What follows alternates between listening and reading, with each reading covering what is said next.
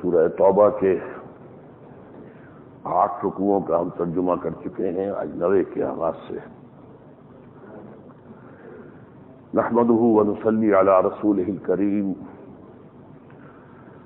اما بعد فاعوذ بالله من الشيطان الرجيم. بسم الله الرحمن الرحيم.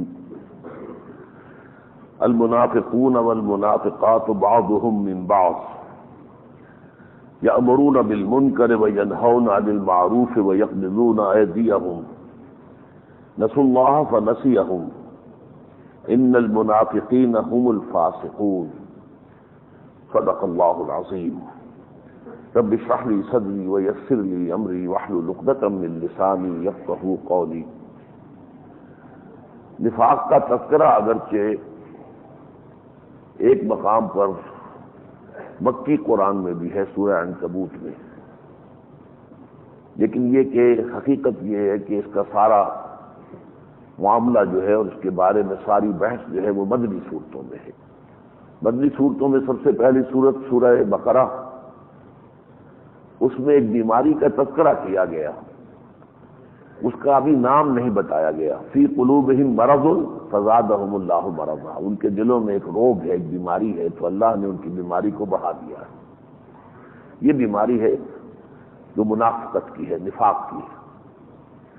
سورہ آل عمران میں ایک جگہ پر لفظ آیا منافقین کا، لیکن پھر سورہ نساء میں بڑی مفصل بحثیں ہوئی ہیں، لیکن اس میں بھی منافق کا نام لے کر بہت کم بات ہوئی ہے. یہ جو سورہ توبہ ہے اس میں کھل کر بات ہوئی ہے. انہیں باقاعدہ منافق کہہ کر پکارا گیا ہے، اگرچہ خطاب اس طور سے نہیں کیا گیا یا ایھا المنافقون، لیکن یہ اصطلاح جو ہے پورے طور پر واضح ہو کر معین ہو کر یہ سورہ توبہ میں آئی. اور معلوم ہوتا ہے کہ اس وقت تک یہ اسلامی معاشرے کا ایک بڑا اہم حصہ بن چکا تھا، اور ان کا آپس کا گٹھ جوڑ جو ہے اب اس کی طرف اشارہ ہو رہا ہے. المنافقون والمنافقات، و منافق مرد اور منافق عورتیں، بعضهم من بعض، یہ ایک دوسرے میں سے ہی ہے، یعنی ان کا ایک دوسرے کے ساتھ گہرا تعلق ہے، گہرا تعاون ہے، گٹھ جوڑ ہے. یہ گویا کہ مل کر ایک حزب بن گئے ہیں، جسے کہ سورہ مجادلہ میں کہا گیا ہے کہ اولئک حزب الشیطان، یہ شیطان کی پارٹی بن گئے. یامرون بالمنکر، یہ بدی کا حکم دیتے ہیں، برائی سے روکنے کی بجائے برائی کا حکم اور مشورہ دیتے ہیں. وینہون عن المعروف، اور معروف کا حکم دینے کی بجائے معروف سے روکتے ہیں. ویقبضون ایدیہم، اور اپنے ہاتھوں کو روک کر رکھتے ہیں، یعنی انفاق فی سبیل اللہ کے لیے بھی تیار نہیں ہوتے. یہ دوسری بات ہے کہ جب جان پر بن جائے اور قتال کے لیے پکارا جائے تو اس وقت کہے کہ کچھ چندہ ہم سے لے لیجیے تو ہمیں ویسے رخصت دے دیجیے. نسوا اللہ فنسیہم، انہوں نے اللہ کو بھلا دیا تو اللہ نے انہیں نظر انداز کر دیا. ان المنافقین هم الفاسقون، یقیناً یہ منافق ہی ہیں، نافرمان، ناہمجار. وعد اللہ المنافقین والمنافقات والکفار نار جہنم خالدین فیہا، وعدہ کیا ہے اللہ نے منافق مردوں اور منافق عورتوں سے اور کافروں سے جہنم کی آگ کا، جس میں یہ ہمیشہ ہمیش رہیں گے. یعنی دنیا میں تو یہ منافق رلے ملے ہوئے ہیں مسلمانوں کے ساتھ، مسلمان سمجھے جاتے ہیں. آخرت میں ان کا حشر اور انجام جو وہ کفار کے ساتھ ہے. ہی حسبہم، وہ آگ جو ہے جہنم کی وہی ان کے مناسب حال ہے. ولعنہم اللہ، اور اللہ تعالیٰ نے ان پر لعنت فرما دی ہے. ولہم عذاب مقیم، اور ان کے لیے عذاب ہے قائم رہنے والا، برقرار رہنے والا. کالذین من قبلکم، جیسے کہ تم سے پہلوں کا معاملہ ہوا. کانوا اشد منکم قوۃ واکثر اموالا واولادا، وہ تم سے کہیں زیادہ تھے، بڑھ کر تھے قوت میں بھی اور اموال اور اولاد کے اعتبار سے بھی. قوم عاد اور قوم ثمود.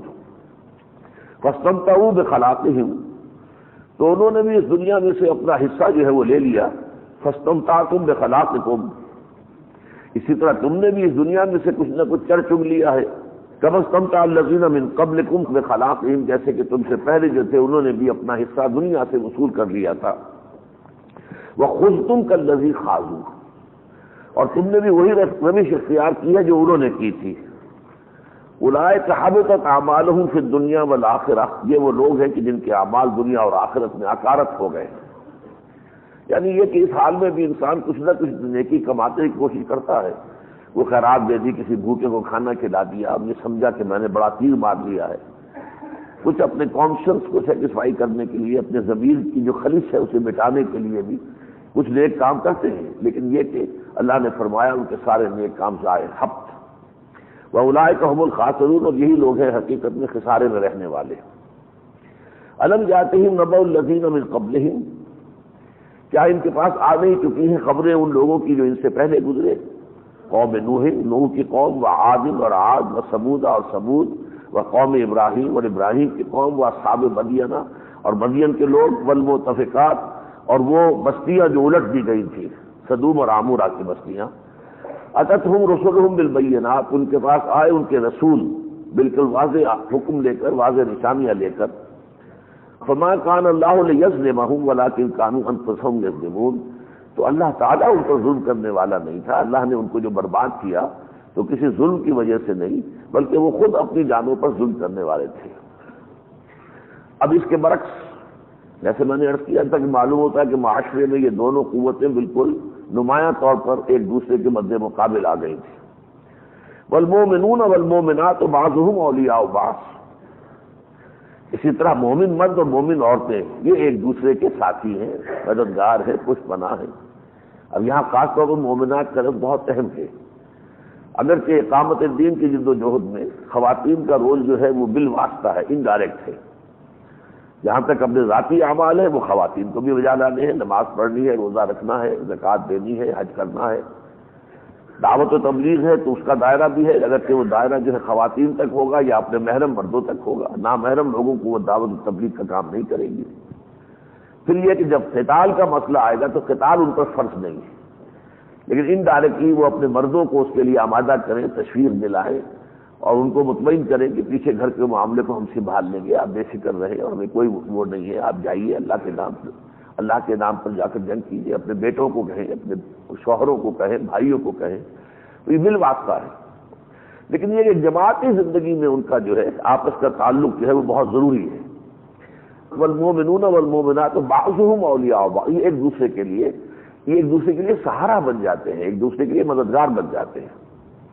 ان کا کام یہ ہے کہ یامرون بالمعروف، یہ نیکی کا حکم دیتے ہیں، وینہون عن المنکر اور منکر سے روکتے ہیں، ویقیمون الصلاۃ اور نماز قائم رکھتے ہیں، ویؤتون الزکاۃ اور زکوٰۃ ادا کرتے ہیں، ویطیعون اللہ ورسولہ اور اطاعت کرتے ہیں اللہ کی اور اس کے رسول کی۔ اولئک سیرحمہم اللہ، یہ وہ لوگ ہیں کہ قریب اللہ تعالیٰ ان پر رحمت فرمائے گا۔ ان اللہ عزیز الحکیم، یقیناً اللہ تعالیٰ زبردست ہے، کمال حکمت والا۔ وعد اللہ المؤمنین والمؤمنات جنات تجری من تحتها الانہار خالدین فیہا، اللہ نے مومن مردوں اور مومن عورتوں سے وعدہ کیا ہے باغات کا جن کے نیچے ندیاں بہتی ہوں گی، جس میں وہ ہمیشہ ہمیش رہیں گے۔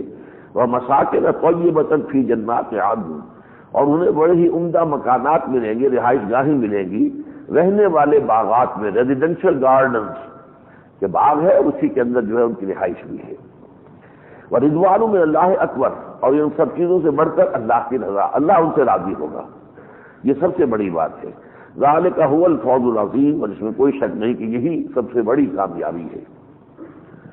یا ایھا النبی جاہد الکفار والمنافقین واغلظ علیہم، اے نبی صلی اللہ علیہ وسلم جہاد کیجئے کافروں سے بھی اور منافقوں سے بھی، اور ان پر سختی کیجئے۔ یہ آیت جو ہے جن الفاظ میں یہاں آئی ہے بالکل انہی الفاظ میں یہ سورہ تحریم میں بھی آئی ہے، یہ سمجھیے کہ 28ویں پارے کے آخر میں۔ اچھا، اس کا خاص پس منظر ہے، اگرچہ یہ منافقین ایک فکسڈ کالمسٹ عنصر تھا مسلمان معاشرے کے اندر، لیکن چونکہ لیگل کور انہیں حاصل تھا، یہ مسلمان تھے، تو اس وجہ سے ان کے خلاف کوئی اقدام مشکل تھا جب تک کہ کوئی جرم ثابت نہ ہو جائے۔ اور جرم کے ثبوت کے بعد بھی ایک مسئلہ یہ تھا کہ چونکہ وہ قبائلی جو ہے زندگی تھی، قبائلی نظام تھا، اور جو منافق تھے ان کا تعلق ظاہر بات ہے اوس اور خزرج کے خاندانوں سے تھا، تو وہ خاندان ان کی حمایت میں کھڑے ہو جاتے تھے، اس لیے بھی ان کے خلاف کوئی اقدام نہیں کیا گیا۔ اب آپ دیکھیے غزوہ احد میں کتنی بڑی غداری تھی کہ عین جنگ کے موقع پر، عین میدان جنگ سے 300 آدمی واپس ہو گئے، لیکن ان کے خلاف کوئی اقدام نہیں کیا جا سکتا، اس لیے کہ اگر حضور کو اقدام ان کے خلاف کرتے تو قبائلی عصبیت کھڑی ہو جاتی ہے، اور وہ قبیلے جو ہیں وہ اپنے لوگوں کی جو ہے وہ پشت پناہی اور ان کی حمایت کے اندر سامنے آ جاتے ہیں۔ اسی طریقے سے حضرت عائشہ پر تہمت لگی رضی اللہ تعالی عنہ، اور حضور پر جو ہے کافی وقت گزرا ہے بہت سخت کوفت میں، بہت سخت تکلیف میں، یہاں تک کہ ایک مرتبہ آپ کے زبان مبارک سے یہ الفاظ میں نکل گئے کہ کیا کوئی شخص نہیں ہے جو مجھے اس شخص کی ایذا رسانی سے بچا سکے۔ عبداللہ ابن ابی جو رئیس المنافقین تھا وہ سر خیل تھا ان کا۔ اس پر حضرت سعد ابن معاذ نے کہا کہ حضور اگر آپ مجھے اجازت دیں میں اس کی گردن اڑا لوں، لیکن سعد ابن عبادہ رضی اللہ تعالیٰ عنہ حالانکہ مومن صادق تھے، لیکن وہ قبائلی عصبیت وقتی طور پر جاگ اٹھی، ان کا یہ تم اس لیے کہہ رہے ہو کہ وہ خزرج کا ہے۔ حضرت سعد ابن معاذ اوس کے آدمی تھے، اوس کے رئیس تھے، رئیس اوس، تو حضور نے فوراً ان دونوں کو چپ کرا دیا۔ لیکن اب غزوہ تبوک کے بعد یہ گویا کہ اللہ کی طرف سے حکم آ رہا ہے حضور کو کہ اب آپ سختی کیجیے ان پر۔ چنانچہ وہ حدیث جو مشہور ہے اور بیان ہوتی ہے، لیکن اس کے لوگوں نے اپنے اپنے طرز پر معنی کیے ہوئے ہیں۔ بعض لوگ تو خیر اس کے صدر کے اوپر کلام کرتے ہیں، لیکن یہ کہ بہرحال میں اس کو حدیث مانتے ہوئے آپ سے بات عرض کر رہا ہوں کہ حضور نے فرمایا تھا تبوک سے واپسی پر رجعنا من الجہاد الاصغر الى الجہاد الاکبر، ہم چھوٹے جہاد سے لوٹ کر جا رہے ہیں بڑے جہاد کی طرف۔ عام طور پر جو صوفی منش لوگ ہیں ہمارے ہاں تصوف کے حلقے سے تعلق رکھنے والے، وہ اس سے مراد لیتے ہیں کہ جہاد نفس کے خلاف جہاد کی طرف ہم جا رہے ہیں، حالانکہ یہ بات غلط ہے۔ نفس کے خلاف جہاد تو اول روز سے ہو رہا تھا، مکے میں بھی ہو رہا تھا۔ اصل میں مراد یہی تھی حضور کی کہ اب ہم جا کر منافقین کے خلاف ہی اقدام کریں گے، اور یہ کفار تو ہے نا سامنے سے حملہ کرتے ہیں، وہ ہے ہمارے آستین، اور ان کی جڑیں ہمارے معاشرے میں ہیں، ہمارے قبائلی زندگی کے اندر ہیں۔ تو اگرچہ اندیشہ ہے کہ اس کے نتیجے میں کوئی برا رد عمل سامنے آئے، لیکن اب فیصلہ ہو گیا ہے، اور اسی لیے یہ حکم دیا جا رہا ہے حضور کو۔ یہ آیات اصل میں نازل ہوئی ہیں واپسی کے سفر کے دوران۔ یا ایھا النبی جاہد الکفار، اے نبی جہاد کیجئے کفار سے بھی، والمنافقین، اور منافقین سے بھی، واغلظ علیہم، اور ان پر سختی کیجئے، ومأواہم جہنم وبئس المصیر، اور ان کا ٹھکانہ جہنم ہے اور بہت برا ٹھکانہ ہے۔ یحلفون باللہ ما قالوا، اب یہ جس قسم کی بکواس کرتے رہتے تھے حضور کے خلاف، کسی اور مسلمان کے خلاف، اگر اس کے بارے میں حضور کو کوئی اطلاع مل جاتی تھی، یہ واقعہ جو ہے تفصیل کے ساتھ آئے گا سورہ منافقون میں جو 28ویں پارے میں ہے، تو لیکن اگر اس کی اطلاع کسی نے دی حضور کو تو یہ آ کے قسمیں کھا جاتے تھے، کوری خدا کی قسم یہ بالکل جھوٹ ہے، ہم نے یہ بات نہیں کہی، اور وہ جس شخص نے رپورٹ کیا تھا وہ شرمندہ ہو کر رہ جاتے، اب کیا کریں۔ یہاں اب ان کی بات کھولی جا رہی، یحلفون باللہ ما قالوا، یہ اللہ کی قسم کھا کر حلف اٹھا کر کہتے ہیں کہ ہم نے وہ بات نہیں کہی۔ وَلَقَدْ قَالُوا كَلِمَةَ الْكُفْرِ، حالانکہ انہوں نے کہا تھا، کفریہ کلمات انہوں نے اپنی زبان سے بکے تھے۔ وَكَفَرُوا بَعْدَ إِسْلَامِهِمْ، اور یہ اپنے اسلام کے بعد کفر کر چکے ہیں۔ وَهَمُّوا بِمَا لَمْ يَنَالُوا، اور انہوں نے ایک ارادہ ایسا بھی کیا تھا کہ جس میں انہیں کامیابی نہیں ہو سکی۔ یعنی جب سفر تبوک سے حضور واپس آ رہے تھے تو ایک موقع پر ایک تنگ گھاٹی میں سے گزرگاہ تھی، جس میں سے بس ایک اونٹ نکل سکتا تھا یا ایک آدمی آگے اس کی نکیل پکڑے ہوئے، وہاں تو چھپ کر بیٹھ گئے تھے یہ منافق حضور پر حملہ کرنے کے لیے۔ جب حضور وہاں سے گزر رہے تھے تو حملہ ہوا۔ بہرحال اس میں جو بھی حضور کے ساتھ تھے انہوں نے ان کو لیا، انہوں نے ڈھاٹے باندھے ہوئے تھے، اپنے چہرے جو ہے چھپائے ہوئے تھے، بہرحال انہیں مار بگایا، لیکن حضور نے اسی وقت بتا دیا تھا حضرت حذیفہ بن یمان کو رضی اللہ تعالیٰ عنہ کہ اگرچہ رات کی تاریکی تھی، کسی نے دیکھا نہیں کہ وہ کون تھے، حضور نے کہا یہ فلاں فلاں فلاں فلاں لوگ تھے، لیکن ساتھ ہی کہہ دیا اسے راز رکھنا، بیان نہیں کرنا کہیں، یہ میرا راز ہے۔ اسی لیے حضرت حذیفہ کے بارے میں مشہور ہو گیا تھا کہ صاحب و سر النبی، یہ حضور کے رازدان ہیں، حضور کا ایک راز ان کے پاس ہے۔ تو ہمو بما لم ینالوا، انہوں نے ارادہ کیا تھا اس شے کا بھی جس میں انہیں کامیابی نہیں ہوئی۔ وما نقموا الا ان اغناهم اللہ ورسولہ من فضلہ، اور یہ نہیں انتقام لے رہے مگر صرف اس بات کا کہ انہیں غنی کر دیا ہے اللہ نے اور اس کے رسول نے، من فضلہ، اپنے فضل سے۔ اللہ تعالیٰ نے فضل کیا کہ جب اب فتوحات آنی شروع ہوئی، خیبر فتح ہو گیا تو بہت مال غنیمت، لہذا مسلمانوں کے ہاں عام طور پر جو ہے وہ ایک طرح کی خوشحالی آ گئی، آسودہ حال ہو گئے، تو یہ بھی ہو گئے۔ پھر حضور خاص طور پر ان کے تالیف قلب کے لیے زکوٰۃ میں سے انہیں اضافی طور پر بھی دیتے تھے۔ مؤلفۃ قلوبہم ہمارے یہاں آ چکا ہے کہ زکوٰۃ کے مصارف میں یہ بھی ہے کہ جن لوگوں سے کوئی اندیشہ ہو کہ یہ کوئی اسلام کو مخالفت پہنچا سکتے ہیں، کوئی جلن پہنچا سکتے ہیں، تو انہیں کچھ دے دلا کر جو ہے ان کے دلوں کو نرم کیا جائے۔ تو اس لیے حضور نے ان کو کچھ زیادہ دے کر بھی گویا کہ انہیں غنی کر دیا تھا۔ وہیں یتوبوا یکو خیر لہم، اگر یہ توبہ کریں تو یہ ان کے لیے بہتر ہوگا۔ وہیں یتولوا، اور اگر پیٹھ موڑ لیں یعنی توبہ نہ کریں، اپنی اسی روش پر چلتے رہیں، یعذبہم اللہ عذابا علیما، تو اللہ تعالیٰ انہیں دے گا دردناک عذاب فی الدنیا والآخرہ، دنیا میں بھی اور آخرت میں بھی۔ وما لہم فی الارض من ولی ولا نصیر، اور انہیں پوری روئے زمین پر نہ اپنا کوئی حمایتی ملے گا نہ مددگار۔ اس کے بعد جو 3 آیتیں آ رہی ہیں یہ بہت اہم ہیں، اور خاص طور پر ہمارے حالات کے کانٹیکسٹ میں۔ قرآن مجید وہ کتاب ہے جس میں ابد الآباد تک کے حالات کے حوالے موجود ہیں، صرف یہ کہ غور کرنا ہوتا ہے۔ میں نے سورہ انفال کی بھی آیت بتائی تھی آپ کو کہ وَاذْكُرُوا إِذْ أَنْتُمْ قَلِيلٌ مُسْتَضْعَفُونَ فِي الْأَرْضِ تَخَافُونَ أَن يَتَخَطَّفَكُمُ النَّاسُ، جیسے ہم اقلیت ہونے کی وجہ سے ہندوستان میں ہندوؤں کی اکثریت سے خائف تھے، اور ہم نے پاکستان کا مطالبہ کیا، اللہ تعالیٰ نے وہ مطالبہ پورا کر دیا ہمارا۔ اسی طرح یہاں دیکھیے یہ 3 آیتیں ہیں، خاص قسم کے منافقین کا تذکرہ ہے۔ وَمِنْهُمْ، ان میں وہ لوگ بھی ہیں، من عاہد اللہ، جنہوں نے اللہ سے ایک عہد کیا تھا، لئن آتانا من فضلہ، اگر اللہ ہمیں فضل سے نواز دے گا، غنی کر دے گا، دولت مند بنا دے گا، لنصدقن ولنکونن من الصالحین، تو ہم خوب صدقہ خیرات کریں گے اور بہت صالح بن جائیں گے۔ فلما آتاہم من فضلہ، جب اللہ تعالیٰ نے انہیں اپنے فضل سے نواز دیا، بخلوا بہ، اب اس کا بخل کیا، وتولوا وہم معرضون، پیٹھ موڑ لی اور اعراض کیا، بھول گئے کہ وعدہ کیا کیا تھا۔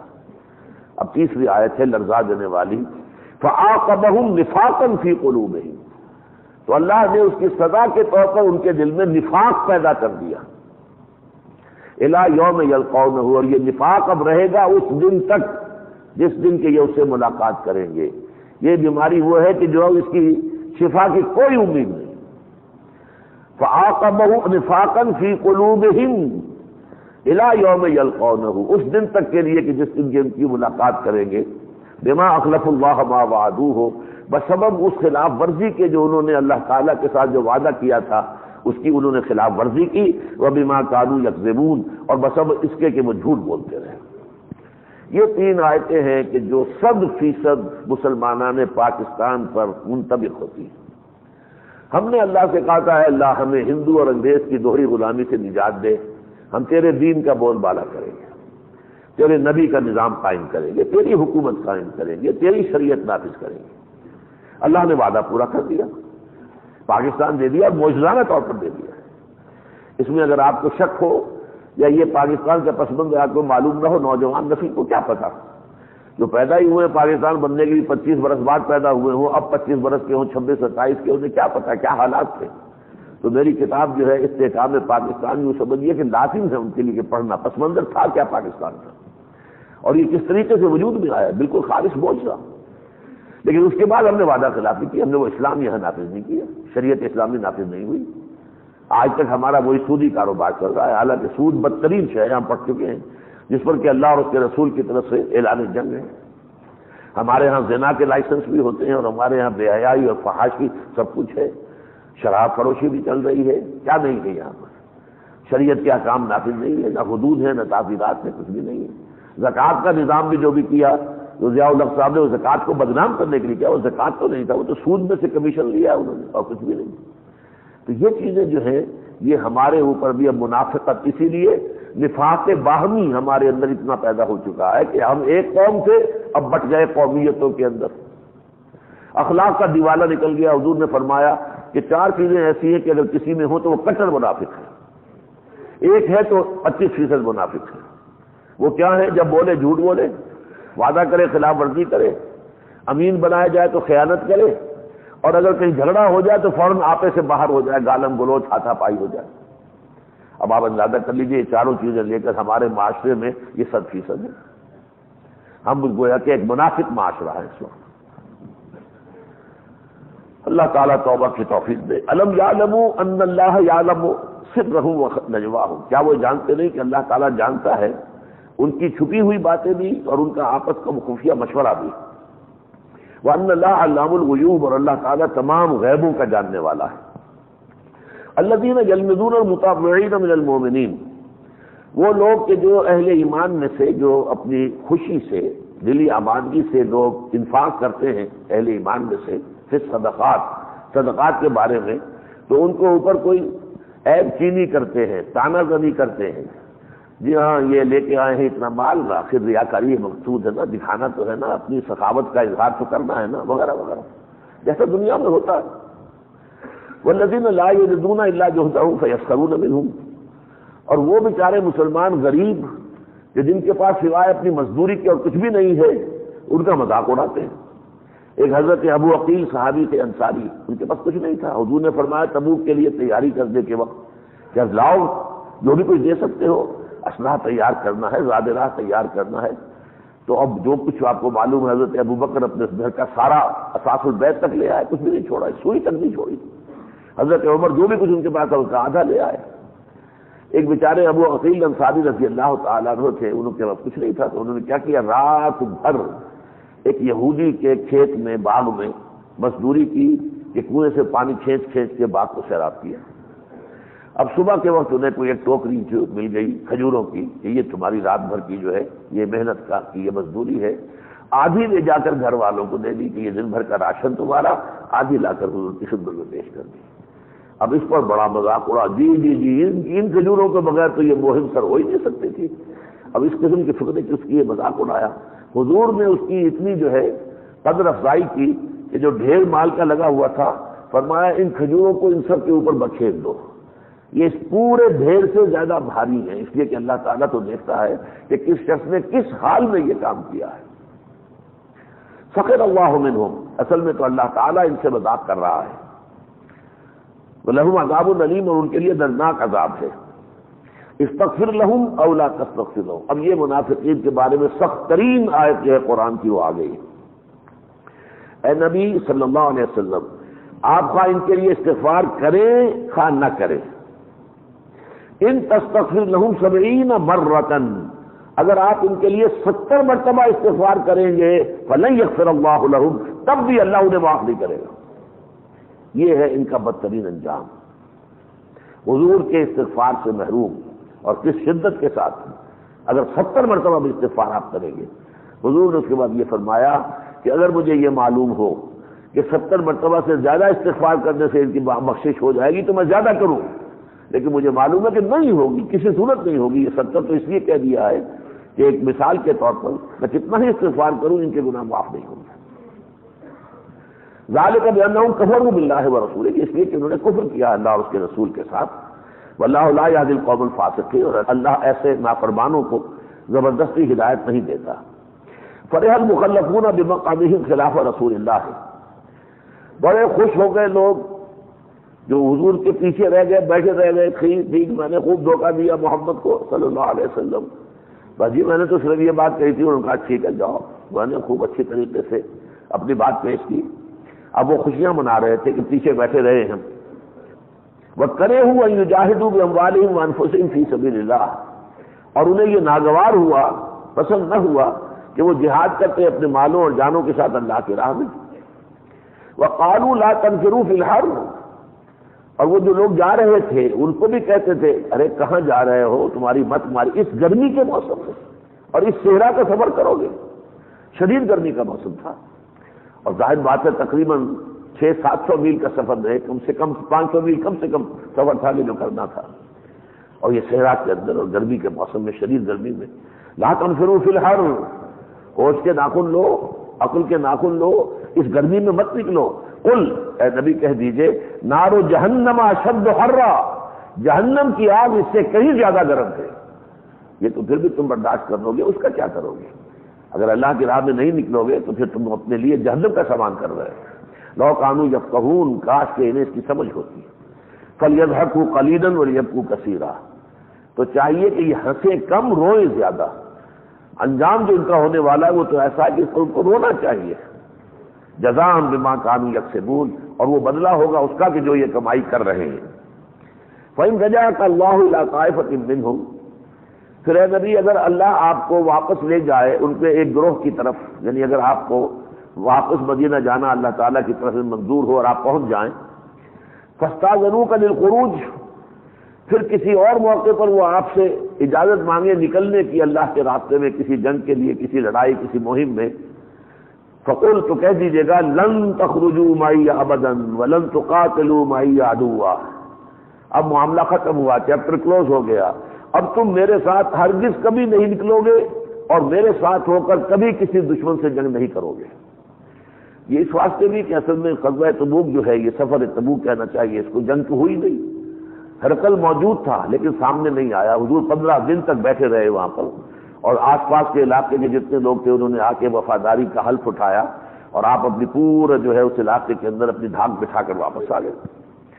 لیکن یہ ہے کہ اب چونکہ یہ آخری سفر تھا آپ کی حیات دنیاوی کا، لہذا واقعے کے اعتبار سے بھی یہ بات تھی، اور دوسری یہ کہ جب تم اس مرتبہ جو ہے ساتھ نہیں نکلے تو اب تم کبھی نہیں نکلو گے۔ انکم رضیتم بالقعود اول مرہ، تم راضی ہو گئے تھے بیٹھ رہنے پر پہلی بار، فقعدوا مع الخالفین، اب بیٹھے رہو پیچھے رہنے والوں کے ساتھ، ولا تصلی علی احد منهم معك ابدا، اور اے نبی اب آپ آئندہ ان میں سے کسی کے مرنے پر اس کی نماز نہ پڑھیے، ولا تقم علی قبرہ، اور نہ اس کی قبر پر کھڑے ہوئے۔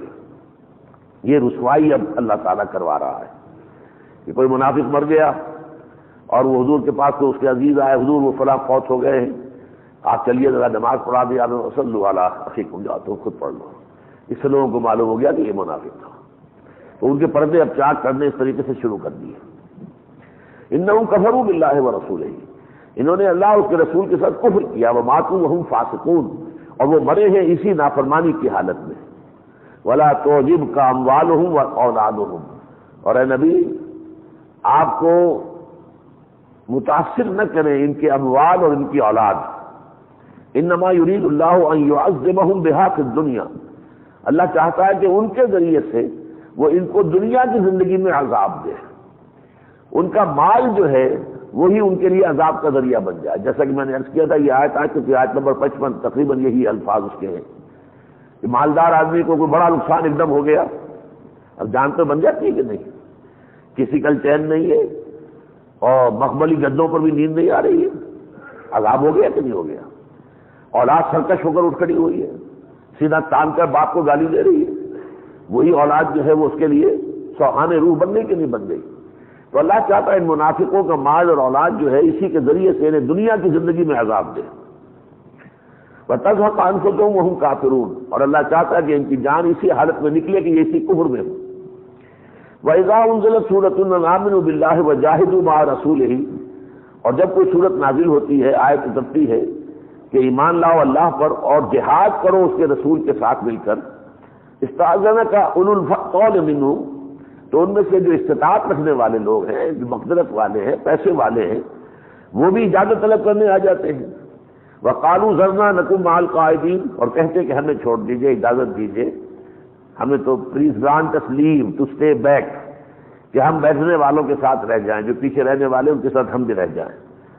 رضوا بأن یکونوا مع الخوالف، یہ راضی ہو گئے اس پر کہ وہ عورتوں کے ساتھ ہو جائیں، یعنی پیچھے رہنے والی تو عورتیں تھیں، مردوں کے لیے تو حکم یہ تھا کہ لڑنے والے جتنے بھی ہیں لڑیں، اللہ کے راہ پہ نکلے، تو پیچھے رہنے والی تو عورتیں تھیں اصل میں، کیونکہ ان پر فرض نہیں ہے قتال اللہ کی راہ میں، تو گویا کہ وہ عورتوں کے ساتھ رہنے والے بن گئے۔ وَطُبِعَ عَلَىٰ قُلُوبِهِمْ، اور ان کے دلوں پر مہر کر دی گئی، فَهُمْ لَا يَفْقَهُونَ، تو اب وہ تفقہ سے خالی ہے، اب وہ کچھ سمجھ نہیں سکتے۔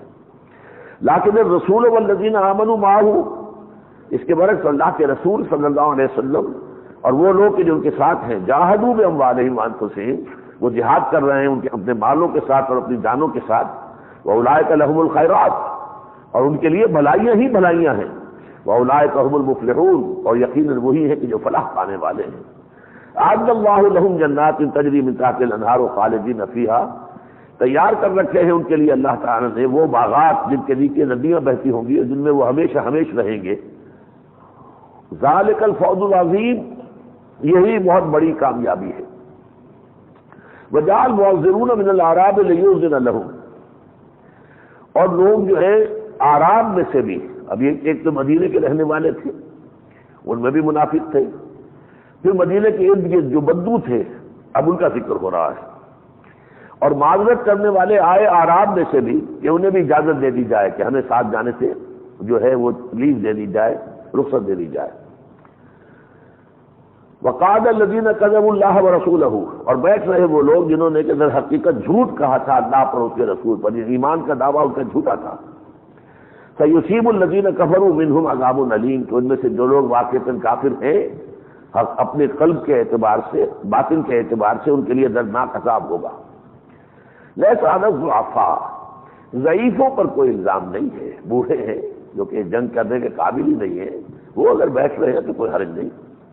ولا علی المرضى، اور نہ مریض، ولا علی الذین لا یجدون ما ينفقون، اور نہ ہی ان پر کہ جو نہیں ان کے پاس ہے کہ جس کو خرچ کر سکے، زاد راہ نہیں ہے، سواری کے لیے پیسے نہیں ہے، کوئی اونٹ یا اونٹنی نہیں خرید سکتے، تو ان کے لیے لیس علیہم حرج، ان پر کوئی حرج نہیں ہوگا، اذا نصحوا للہ ورسولہ، جبکہ وہ مخلص ہیں اللہ کے ساتھ اور اس کے رسول کے ساتھ، وہ منافق نہیں ہے، مخلص ہے، لیکن کیا کریں، کوئی مریض ہے، کوئی لنگڑا ہے، کسی کی کوئی اور کوئی نابینا ہے، کوئی اور کسی عذر میں ہے، کسی کے پاس پیسہ ہی نہیں ہے، راستے کا سفر یا سواری کا انتظام نہیں کر سکتا، ما علی المحسنین من سبیل، تو ایسے نیکوکار لوگوں کے اوپر کوئی الزام نہیں ہے۔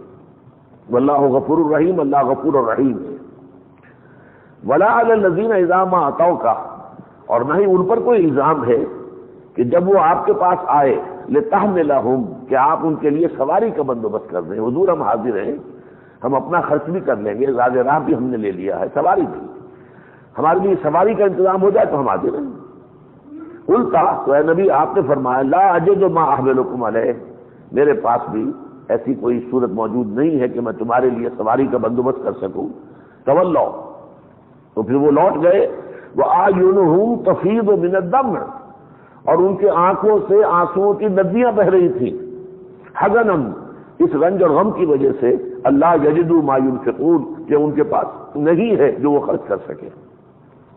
انما السبیل، الزام تو ان پر ہے، علی الذین یستاذنونک، جو آپ سے رخصت طلب کرتے ہیں، وہم اغنیاء، جبکہ وہ دولت مند ہیں، رضوا بان یکونوا مع الخوالف، وہ دل سے راضی ہو گئے کہ وہ عورتوں کے ساتھ ہی رہیں، وطبع اللہ علی قلوبہم، اللہ نے ان کے دلوں پہ مہر کر دی، فہم لا یعلمون، اب انہیں کوئی حقیقی علم حاصل نہیں ہے۔ یعتذرون الیکم اذا رجعتم الیہم، اے نبی وہ آ کے بہانے بنائیں گے آپ کے پاس جبکہ آپ لوٹ کر جائیں گے ان کے پاس۔ قل لا تعتذروا، کہہ دیجیے گا اب کوئی عذر نہ بناؤ، لن نؤمن لکم، ہم تمہاری باتیں نہیں مانیں گے، قد نبأنا اللہ من اخبارکم، اللہ تعالیٰ نے ہمیں تمہاری تمام باتوں پر مطلع کر دیا ہے، تمہارے باطن پر ہمیں مطلع کر دیا ہے، تمہاری حقائق حقیقتیں جو ہم پر کھول دی۔ وَسَيَرَى اللَّهُ عَمَلَكُمْ وَرَسُولُهُ، اب آئندہ اللہ تعالیٰ، اللہ اور اس کا رسول تمہارے عمل کو دیکھیں گے، آئندہ تمہارا طرز عمل کیا ہے۔ ثُمَّ تُرَدُّونَ إِلَىٰ عَالِمِ الْغَيْبِ وَالشَّهَادَةِ، پھر تمہیں لوٹا دیا جائے گا اس ہستی کی طرف جو کھلے اور چھپے سب کا جاننے والا ہے۔ فَيُنَبِّئُكُم بِمَا كُنتُمْ تَعْمَلُونَ، وہ تمہیں جتلا دے گا جو کچھ کہ تم کرتے رہے تھے۔ سَيَحْلِفُونَ بِاللَّهِ لَكُمْ إِذَا انقَلَبْتُمْ إِلَيْهِمْ، وہ قسمیں کھائیں گے، حلف اٹھائیں گے آپ کے سامنے، اللہ کے قسمیں کھائیں گے جب آپ ان کی طرف لوٹ کر جائیں گے، لِتُعْرِضُوا عَنْهُمْ، تاکہ آپ ان سے درگزر کریں، فَأَعْرِضُوا عَنْهُمْ، تو اے نبی کیجئے ان سے درگزر، اعراض کیجئے ان سے، إِنَّهُمْ رِجْسٌ، یہ لوگ ناپاک ہیں، نجس ہیں، وَمَأْوَاهُمْ جَهَنَّمُ، ان کا ٹھکانہ جہنم ہے، جزاء بما كانوا يكسبون، اور یہ بدلہ ہے ان کا، ان کے کرتوتوں کا، ان کی کمائی کا۔ یحلفون لکم لترضوا عنہم، تمہارے سامنے وہ قسمیں اس لیے کھا رہے ہیں کہ تاکہ تم ان سے راضی ہو جاؤ۔ فإن ترضوا عنہم، اگر اے مسلمانوں تم ان سے راضی ہو گئے، فإن اللہ لا يرضى عن القوم الفاسقین، تو اللہ تو ایسے فاسقوں سے راضی ہونے والا نہیں ہے۔ الاعراب اشد کفرا ونفاقا، یہ بدو لوگ جو ہیں یہ کفر اور نفاق میں زیادہ ہی سخت ہیں۔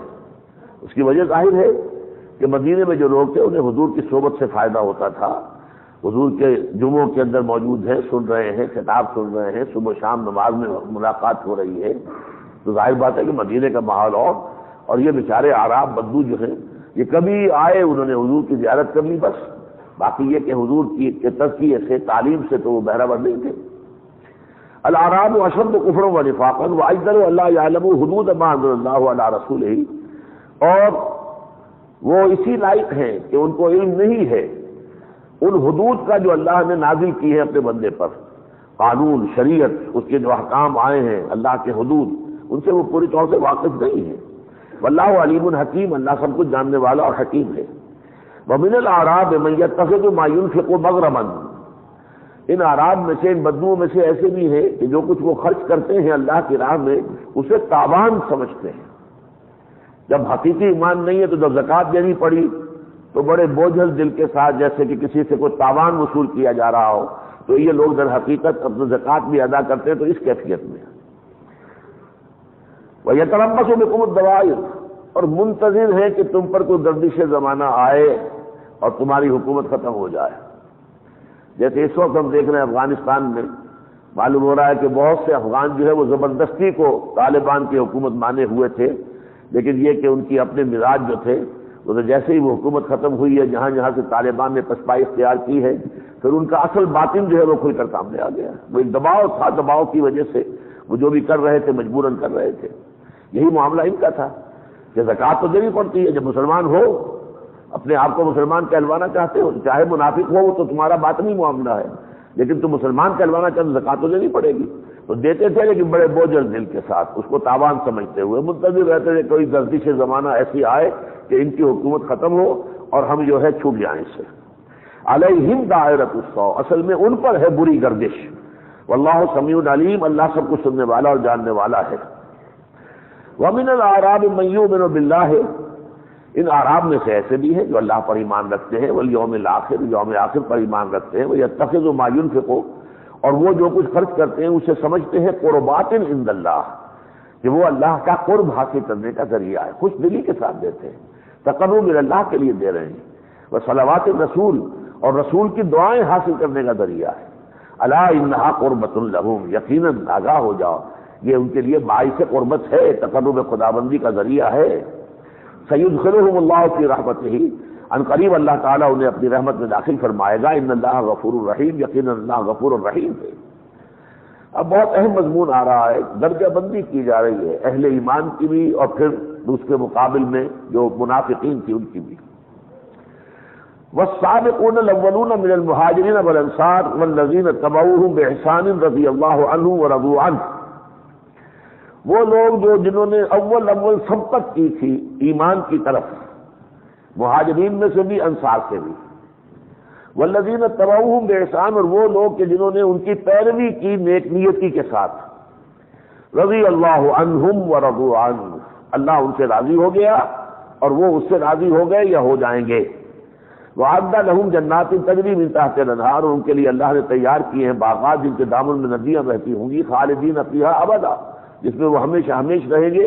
ذَلِكَ الْفَوْزُ الْعَظِيمُ، یہ بہت بڑی کامیابی ہے۔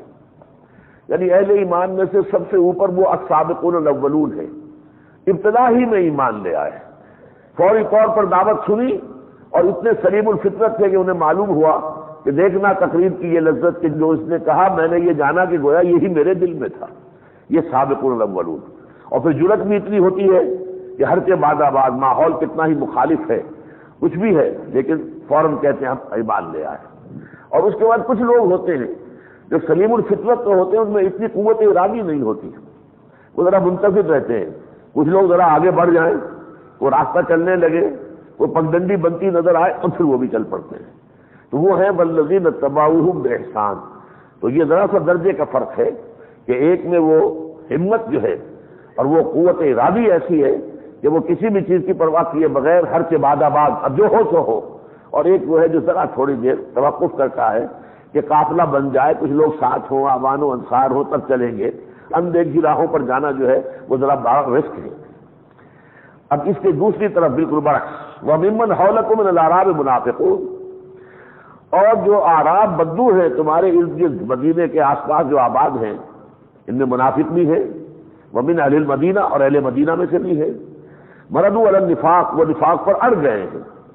جیسے ایک کافر شروع میں کافر تھا، پھر وہ ضد اور عناد اور تعصب کی وجہ سے پھر اس کے دل پر مہر ہو گئی، یہی معاملہ منافقین کا ہے کہ جو اڑ گئے ہیں اب وہ گویا کہ اب ان کے دلوں پر مہر ہو گئی۔ لا تعلمهم، آپ انہیں نہیں جانتے، نحن نعلمهم، ہم انہیں جانتے ہیں، سنعذبهم مرتين، ہم انہیں عذاب دیں گے بار بار، ثم یردون الی عذاب عظیم، اور پھر وہ عذاب عظیم کی طرف لوٹا دیے جائیں گے۔ وہ آخرت کا عذاب ہے، جہنم کا، دنیا میں بھی بار بار عذاب دیں گے۔ وآخرون، اب یہ تیسری کیٹیگری آئی ہے، یعنی ایک انتہا وہ ہے سابقون الاولون من المہاجرین والانصار والذین اتبعوہم بإحسان، یہ دو کیٹیگریز ہو گئی اوپر کی، ایک منافق ہے جو سب سے نیچے ہے، ایک درمیان میں ہے۔ وآخرون اعترفوا بذنوبہم، اور کچھ اور لوگ ہیں جنہوں نے اپنے گناہوں کا اعتراف کر لیا۔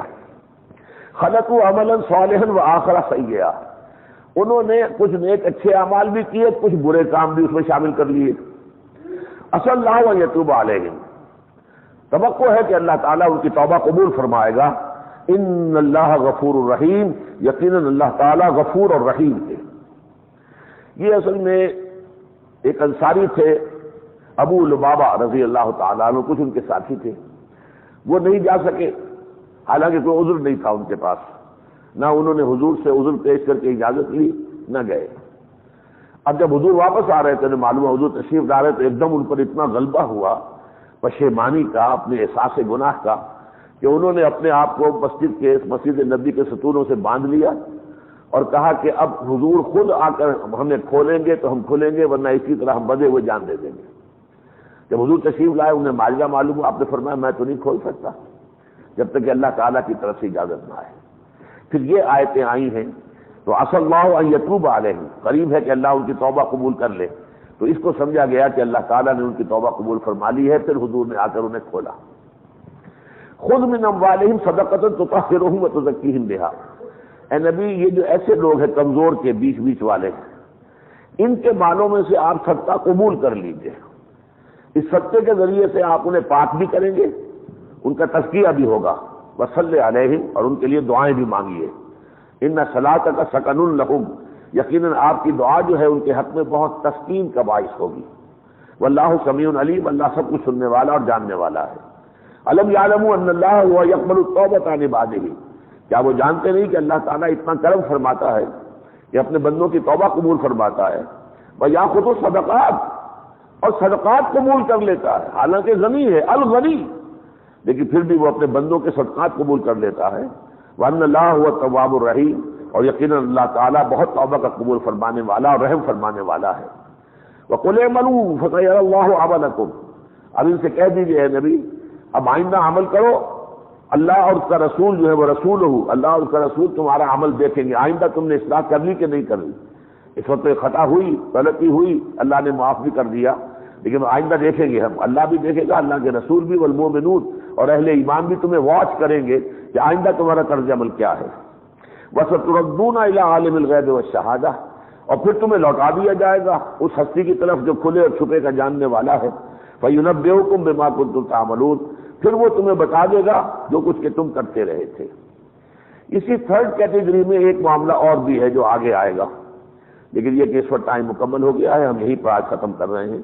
بارک اللہ لی و لکم فی القرآن العظیم ونفعنی وإیاکم بالآیات والذکر الحکیم۔